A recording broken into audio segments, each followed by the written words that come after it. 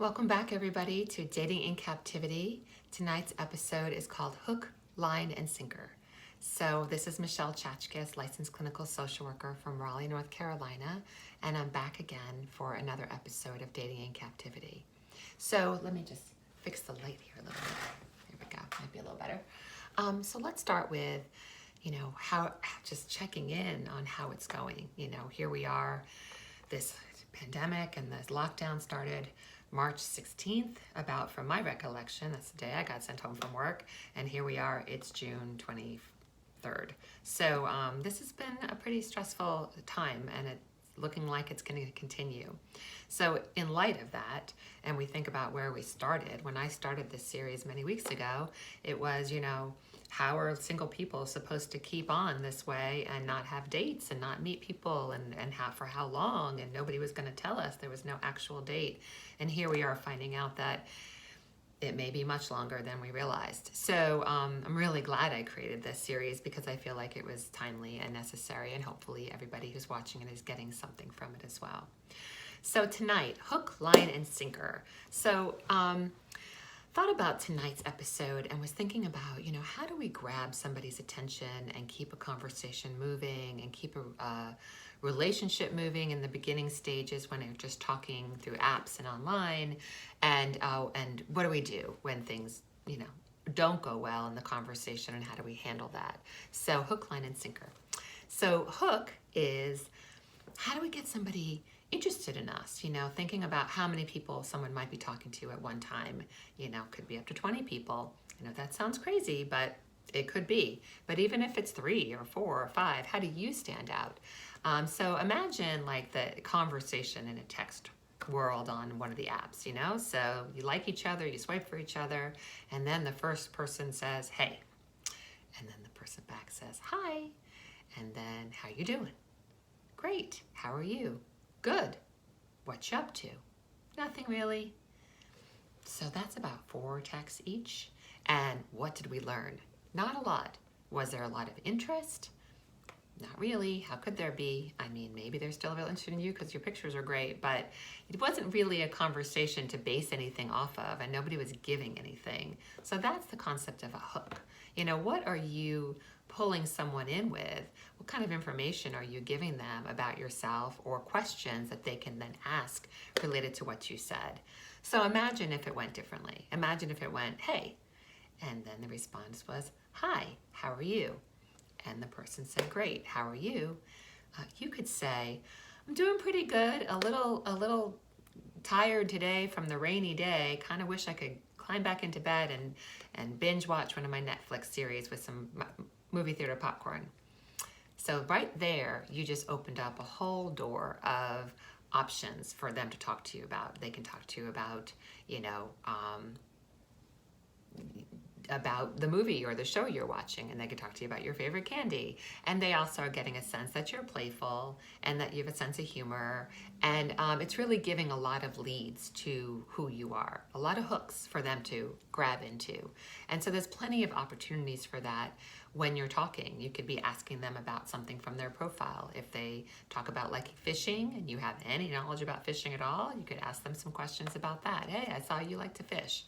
I think sometimes we like to get the information out there, like where are you from, are you divorced, how many kids? But the truth of the matter is that as important as that information is, you first kind of want to create some friction, some excitement, some interest in one another.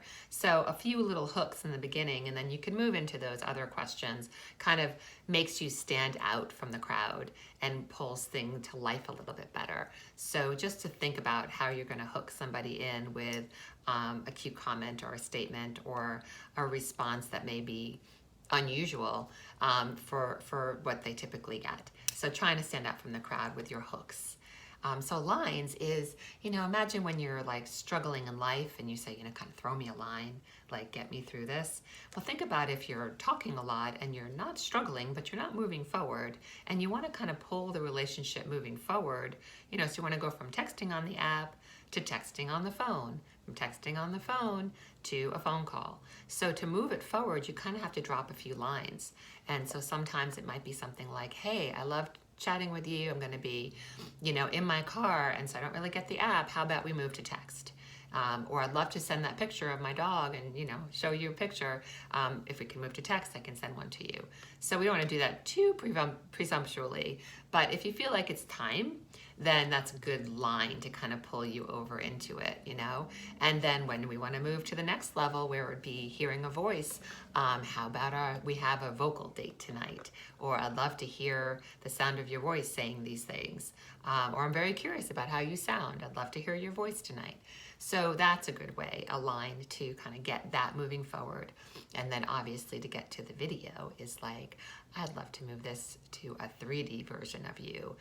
So how about we do FaceTime tonight? And so you can kind of see the person, because the more you move forward, the more you can even just determine, is there some chemistry? Nothing's going to be the same as the face-to-face meet. That ultimately is going to be how you feel the chemistry. But definitely moving from texting on an app to texting on the phone to talking on the phone to FaceTiming or video chatting is going to get you more information to see if you even want to pursue an actual date. Because there's nothing more disappointing than you haven't had any of those experiences and you meet in person and wah, it just wasn't there at all. And you could have possibly saved yourself that night of going out and the difficulty of having to say goodbye and maybe explain that I'm not interested if they are, and all that stuff. You can get away from that if you cut that off at the front. So sending some lines to move things forward and get things moving from a 2D version to a 3D version and get more knowledge about that person. And then we're up to sinkers. So what are sinkers? Sinkers are the things that you get to the point and you feel like maybe things are moving in the right direction and you're on the same page, and then boom, something gets said and it's like, uh-oh, we didn't address that yet, and now we're not a good match. So let's say somebody says, I'm not interested in having any more kids, and you were hoping to have more kids. Or I don't want to ever live with somebody with their kids, and you have your kids with you. Or, I plan on moving to the country when I retire, and you are a city mouse like me, and that wouldn't be that appealing. So there are certain things that, might be sinkers where you're like, this isn't going to really work. And those are hard. You might be disappointed. You might have gotten excited about this person. Maybe even we're on a date and the sinker happens. And so that's kind of hard because you, like I said, you could have been very excited and hopeful about somebody, and then the sinker comes along. So what do we do? First off, we have to be thankful, because the quicker the sinker comes, the less time you've wasted, and then the opportunity to meet the right person is coming along. So whoever the sinker is, whatever the sinker is and whoever that wasn't your person. So it's nothing to be disappointed about, because it means that it wasn't your person and you have an opportunity now to meet your person. So seeing that as a gift, that's my dog, Lucy. Lucy, come here. Come here. I'm going to take you for a walk so I can let Lucy out of the room so she's not bothering me. So seeing that as an opportunity and a gift of that sinker, that now you can move on to something else. And how do you say something to someone if they did say something that was a little disappointing and you weren't expecting it? It might be honest, like, wow, I wasn't expecting that. And sorry we didn't address that earlier, but that is important to me. That's kind of a no-go. That's a no-brainer. That's a have-to for me. So, sorry, this didn't work out. Possibly it could be, I really like talking to you, I like getting to know you, but clearly we have some different values or different views. How about if we focus on being friends, if you're open to that?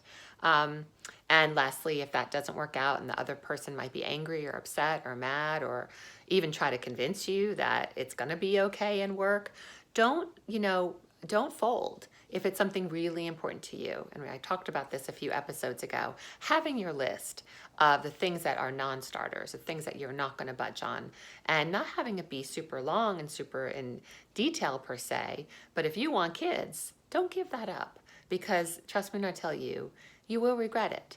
If you wanted it, hold out for it. And please not only regret it, but you might resent that person because they told you they didn't want kids, and here you are, sad that you don't have kids. Or if you need someone who can communicate their emotions and they're not good communicators about their emotions, you probably knew that pretty early on. And so if that's really a challenge for you, you're going to have to find a way to walk away. So the sinkers are hard, And I'm going to get into breakups next week. So we can really talk about breakups and loneliness and how we cope with those feelings. But just to know that when you come across a sinker, that just means that it's an opportunity for you to move on and possibly meet the right person, hopefully. So that's my episode for tonight. Thank you for joining me with Dating in Captivity, Hook, Line, and Sinkers with me, Michelle Chachkis, licensed clinical social worker here in Raleigh, North Carolina. Please message, say something if you're liking this series, if you want a specific topic talked about, if you have a question. And if you have a private question, please feel free to PM me. Be happy to respond. I'm hoping that this is a helpful series, and I'd love to hear from you all. Okay, so have a great night, have a great week, and I'll see you next Wednesday, 7 p.m., Dating in Captivity. Bye.